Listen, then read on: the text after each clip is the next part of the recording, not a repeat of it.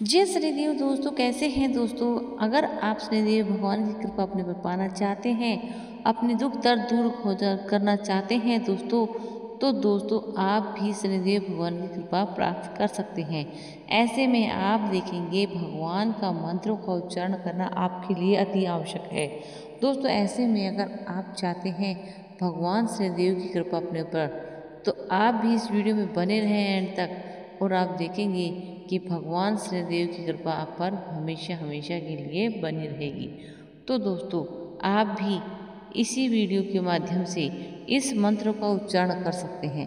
किसी कारणवश अगर आप इस मंत्र का उच्चारण नहीं कर सकते और करने में असमर्थ हैं, तो दोस्तों आप इस हमारे वीडियो के माध्यम से अपने इन मंत्रों का 108 बार जाप करने मात्र से आपके मन चाहा फल वर प्राप्त कर सकते हैं। शनिदेव भगवान को मंत्र बहुत प्रिय है। अगर आप उनकी कृपा प्राप्त करना चाहते हैं तो उनके मंत्र का उच्चारण अवश्य कीजिए। किसी कारणवश अगर आप मंत्र का उच्चारण करने में असमर्थ हैं, तो दोस्तों आप हमारी वीडियो के माध्यम से आप अपने घर में, ऑफिस में, व्यापार में, जॉब स्थल पर, बच्चों के रूम में दोस्तों आप इस वीडियो को चलाएं, 108 बार सुने, और आप देखेंगे कि आपके परिवार पर, आपके बच्चों पर, आपके कारोबार पर शनिदेव भगवान की कृपा दृष्टि बनी रहेगी। तो दोस्तों वीडियो को ज़्यादा से ज़्यादा शेयर करना, और हमारे चैनल पहली बार है तो चैनल को सब्सक्राइब करना, ज्ञान के सागर चैनल को, और वीडियो को दिल से लाइक करके। और दोस्तों भगवान के अगर आप आशीर्वाद प्राप्त करना चाहते हैं, उनके चरणों में आपकी हाजिरी लगाना चाहते हैं, तो जय शनिदेव कमेंट बॉक्स में जरूर लिखिए। तो चलिए दोस्तों मंत्र शुरू करते हैं। मंत्र हमारा इस प्रकार है। ॐ नीलाञ्जन समाभास रविपुत्र यमाग्रजं छायामातण्ड सम्भूते ते नमामि शनिश्चरम्। ॐ नीलाञ्जन समाभास रविपुत्र यमाग्रजं छायामातण्ड सम्भूते ते नमामि शनिश्चरम्। ॐ नीलाञ्जन समाभास रविपुत्र यमाग्रजं छायामातण्ड सम्भूते ते नमामि शनिश्चरम्। ॐ नीलाञ्जन समाभास रविपुत्र यमाग्रजं छायामातण्ड सम्भूते ते नमामि शनिश्चरम्। ॐ नीलाञ्जन समाभास रविपुत्र यमाग्रजं छायामातण्ड सम्भूते ते नमामि शनिश्चरम्। ॐ नीलाञ्जन समाभास रविपुत्र यमाग्रजं छायामातण्ड सम्भूते ते नमामि शनिश्चरम्। ॐ नीलाञ्जन समाभास रविपुत्र यमाग्रजं छायामातण्ड सम्भूते ते नमामि शनिश्चरम्। ॐ नीलाञ्जन समाभास रविपुत्र यमाग्रजं छायामातण्ड सम्भूते ते नमामि शनिश्चरम्।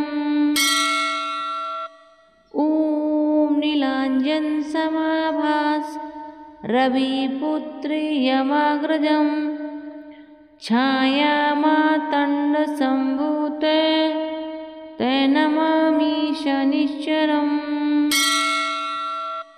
ॐ नीलाञ्जन समाभास रविपुत्र यमाग्रजं छायामातण्ड सम्भूते ते नमामि शनिश्चरम्।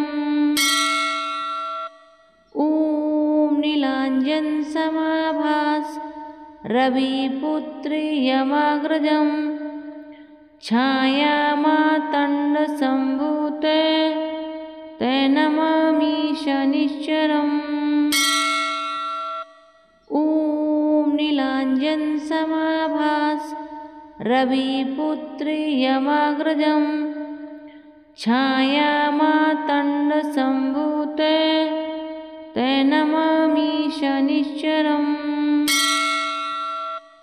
ॐ नीलाञ्जनसमाभास रविपुत्र्यमाग्रजम् छायामातण्डसम्भूते ते नमामि शनिश्चरम्।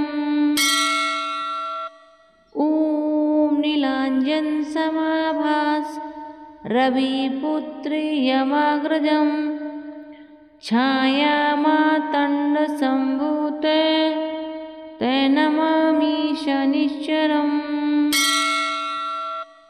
ॐ नीलाञ्जनसमाभास रविपुत्र्यमाग्रजम् छायामातण्डसम्भूते ते नमामि शनिश्चरम्। ॐ नीलाञ्जनसमाभास रविपुत्र्यमाग्रजम् छायामातण्डसम्भूते ते नमामि शनिश्चरम्। ॐ नीलाञ्जनसमाभास रविपुत्र्यमाग्रजम् छायामातण्डसम्भूते ते नमामि शनिश्चरम्। ॐ नीलाञ्जनसमाभास रविपुत्र्यमाग्रजम् छायामातण्डसम्भूते ते नमामि शनिश्चरम्। ॐ नीलाञ्जनसमाभास रविपुत्र्यमाग्रजम् छायामातण्डसम्भूते ते नमामि शनिश्चरम्। ॐ नीलाञ्जनसमाभास रविपुत्र्यमाग्रजम् छायामातण्डसम्भूते ते नमामि शनिश्चरम्। ॐ नीलाञ्जनसमाभास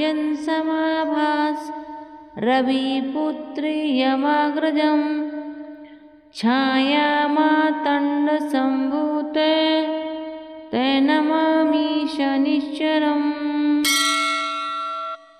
ॐ नीलाञ्जनसमाभास रविपुत्र्यमाग्रजम् छायामातण्डसम्भूते ते नमामि शनिश्चरम्।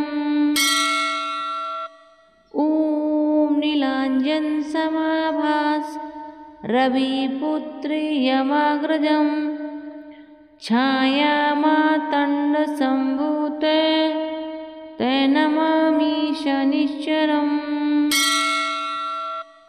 ॐ नीलाञ्जनसमाभास रविपुत्र्यमाग्रजम् छायामातण्डसम्भूते ते नमामि शनिश्चरम्। ॐ नीलाञ्जनसमाभास रविपुत्र्यमाग्रजम् छायामातण्डसम्भूते ते नमामि शनिश्चरम्। ॐ नीलाञ्जनसमाभास रविपुत्र्यमाग्रजम् छायामातण्डसम्भूते ते नमामि शनिश्चरम्। ॐ नीलाञ्जनसमाभास रविपुत्र्यमाग्रजम् छायामातण्डसम्भूते ते नमामि शनिश्चरम्।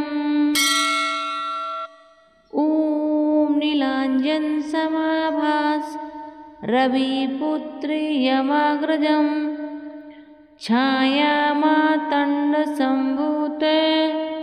ते नमामि शनिश्चरम्। नीलाञ्जनसमाभास रविपुत्र्यमाग्रजं छायामातण्डसम्भूते ते नमामि शनिश्चरम्। ॐ नीलाञ्जनसमाभास रविपुत्र्यमाग्रजं छायामातण्डसम्भूते ते नमामि शनिश्चरम्। ॐ नीलाञ्जनसमाभास रविपुत्र्यमाग्रजं छायामातण्डसम्भूते ते नमामि शनिश्चरम्। ॐ नीलाञ्जनसमाभास रविपुत्र्यमाग्रजं छायामातण्डसम्भूते ते नमामि शनिश्चरम्। ॐ नीलाञ्जनसमाभास रविपुत्र्यमाग्रजं छायामातण्डसम्भूते ते नमामि शनिश्चरम्। ॐ नीलाञ्जनसमाभास रविपुत्र्यमाग्रजं छायामातण्डसम्भूते ते नमामि शनिश्चरम्। ॐ नीलाञ्जनसमाभास रविपुत्र्यमाग्रजं छायामातण्डसम्भूते ते नमामि शनिश्चरम्। ॐ नीलाञ्जनसमाभास रविपुत्र्यमाग्रजं छायामातण्डसम्भूते ते नमामि शनिश्चरम्। ॐ नीलाञ्जनसमाभास रविपुत्र्यमाग्रजं छायामातण्डसम्भूते ते नमामि शनिश्चरम्। ॐ नीलाञ्जनसमाभास रविपुत्र्यमाग्रजं छायामातण्डसम्भूते ते नमामि शनिश्चरम्। ॐ नीलाञ्जनसमाभास रविपुत्र्यमाग्रजं छायामातण्डसम्भूते ते नमामि शनिश्चरम्। ॐ नीलाञ्जनसमाभास रविपुत्र्यमाग्रजं छायामातण्डसम्भूते ते नमामि शनिश्चरम्। ॐ नीलाञ्जनसमाभास रविपुत्र्यमाग्रजं छायामातण्डसम्भूते ते नमामि शनिश्चरम्। ॐ नीलाञ्जनसमाभास रविपुत्र्यमाग्रजं छायामातण्डसम्भूते ते नमामि शनिश्चरम्। ॐ नीलाञ्जनसमाभास रविपुत्र्यमाग्रजं छायामातण्डसम्भूते ते नमामि शनिश्चरम्। ॐ नीलाञ्जनसमाभास रविपुत्र्यमाग्रजं छायामातण्डसम्भूते ते नमामि शनिश्चरम्। ॐ नीलाञ्जनसमाभास रविपुत्र्यमाग्रजं छायामातण्डसम्भूते ते नमामि शनिश्चरम्। ॐ नीलाञ्जनसमाभास रविपुत्री यमाग्रजं छायामातण्डसम्भूते ते नमामि शनिश्चरम्। ॐ नीलाञ्जनसमाभास रविपुत्री यमाग्रजं छायामातण्डसम्भूते ते नमामि शनिश्चरम्। ॐ नीलाञ्जनसमाभास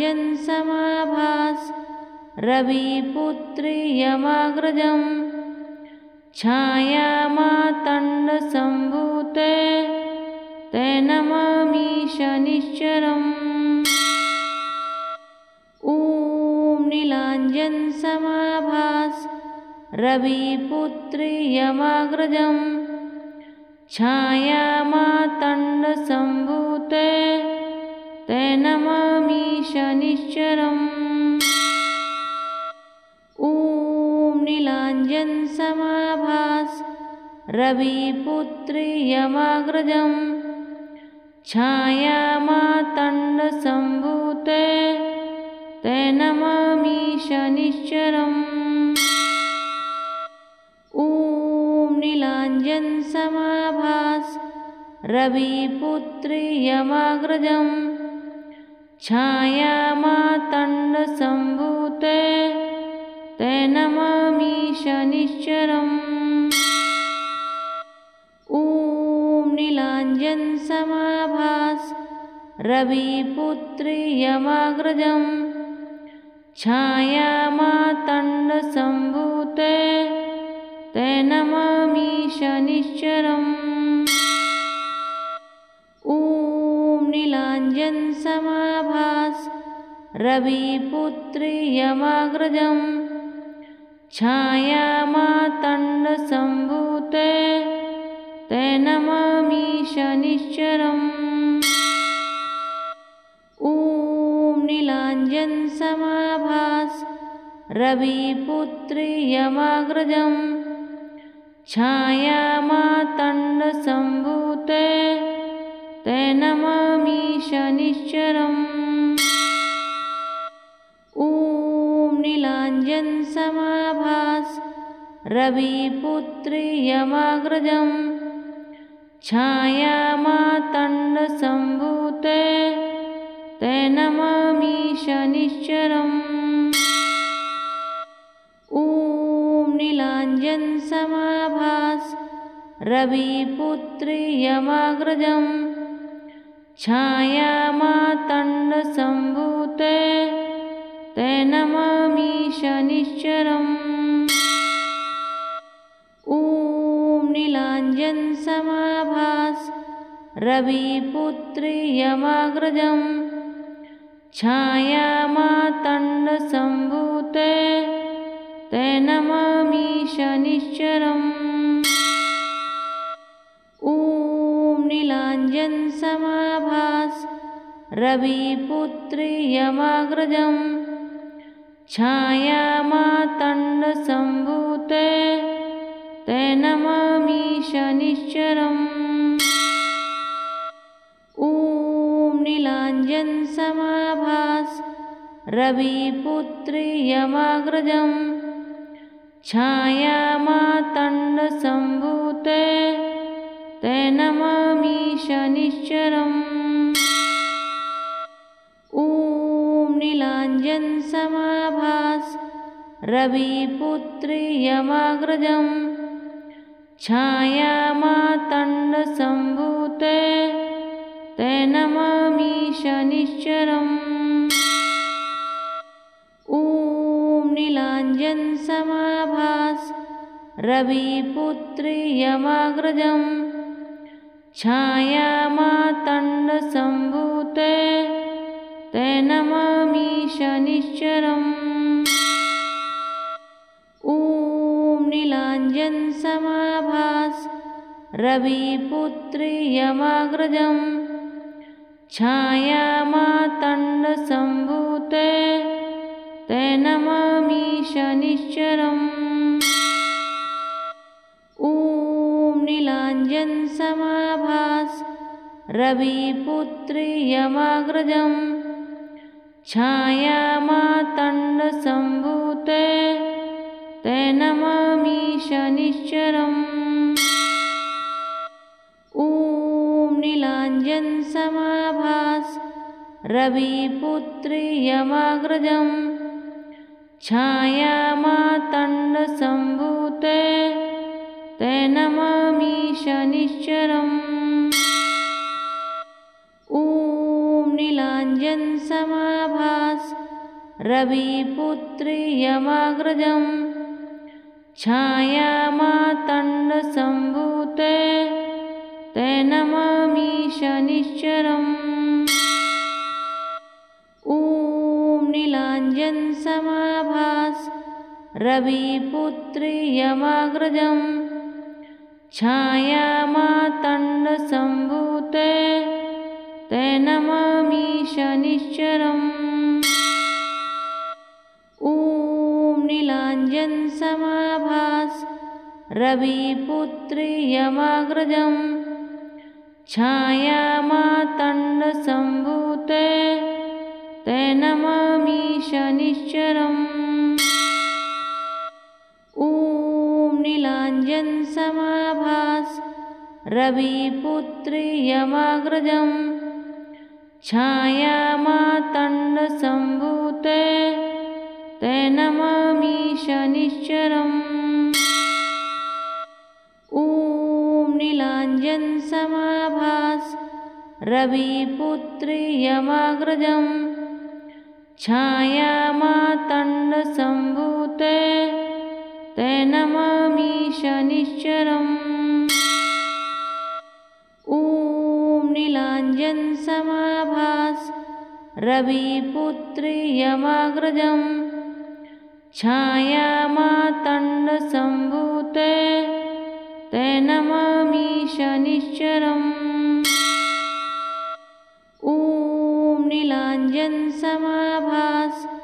रविपुत्री यमाग्रजं छायामातण्डसम्भूते ते नमामि शनिश्चरम्। ॐ नीलाञ्जनसमाभास रविपुत्री यमाग्रजं छायामातण्डसम्भूते ते नमामि शनिश्चरम्। ॐ नीलाञ्जनसमाभास रविपुत्री यमाग्रजं छायामातण्डसम्भूते ते नमामि शनिश्चरम्। ॐ नीलाञ्जनसमाभास रविपुत्री यमाग्रजं छायामातण्डसम्भूते ते नमामि शनिश्चरम्। ॐ नीलाञ्जनसमाभास रविपुत्री यमाग्रजं छायामातण्डसम्भूते ते नमामि शनिश्चरम्। ॐ नीलाञ्जनसमाभास रविपुत्री यमाग्रजं छायामातण्डसम्भूते ते नमामि शनिश्चरम्। ॐ नीलाञ्जनसमाभास रविपुत्री यमाग्रजं छायामातण्डसम्भूते ते नमामि शनिश्चरम्। ॐ नीलाञ्जनसमाभास रविपुत्री यमाग्रजं छायामातण्डसम्भूते ते नमामि शनिश्चरम्।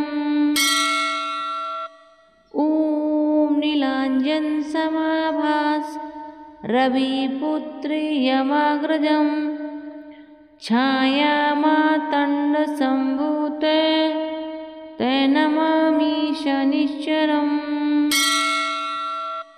ॐ नीलाञ्जनसमाभास रविपुत्री यमाग्रजं छायामातण्डसम्भूते ते नमामि शनिश्चरम्।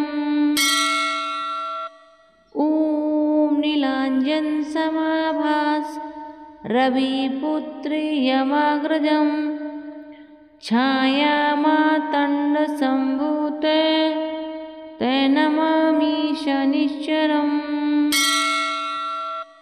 ॐ नीलाञ्जनसमाभास रविपुत्री यमाग्रजं छायामातण्डसम्भूते ते नमामि शनिश्चरम्। ॐ नीलाञ्जनसमाभास रविपुत्री यमाग्रजं छायामातण्डसम्भूते ते नमामि शनिश्चरम्। ॐ नीलाञ्जनसमाभास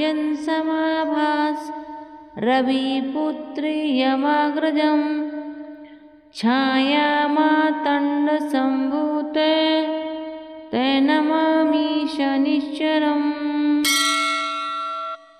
ॐ नीलाञ्जनसमाभास रविपुत्री यमाग्रजं छायामातण्डसम्भूते ते नमामि शनिश्चरम्। ॐ नीलाञ्जनसमाभास रविपुत्री यमाग्रजं छायामातण्डसम्भूते ते नमामि शनिश्चरम्। ॐ नीलाञ्जनसमाभास रविपुत्री यमाग्रजं छायामातण्डसम्भूते ते नमामि शनिश्चरम्। ॐ नीलाञ्जनसमाभास रविपुत्री यमाग्रजं छायामातण्डसम्भूते ते नमामि शनिश्चरम्। ॐ नीलाञ्जनसमाभास रविपुत्री यमाग्रजं छायामातण्डसम्भूते ते नमामि शनिश्चरम्। ॐ नीलाञ्जनसमाभास रविपुत्री यमाग्रजं छायामातण्डसम्भूते ते नमामि शनिश्चरम्। ॐ नीलाञ्जनसमाभास रविपुत्री यमाग्रजं छायामातण्डसम्भूते ते नमामि शनिश्चरम्। ॐ नीलाञ्जनसमाभास रविपुत्री यमाग्रजं छायामातण्डसम्भूते ते नमामि शनिश्चरम्। ॐ नीलाञ्जनसमाभास रवि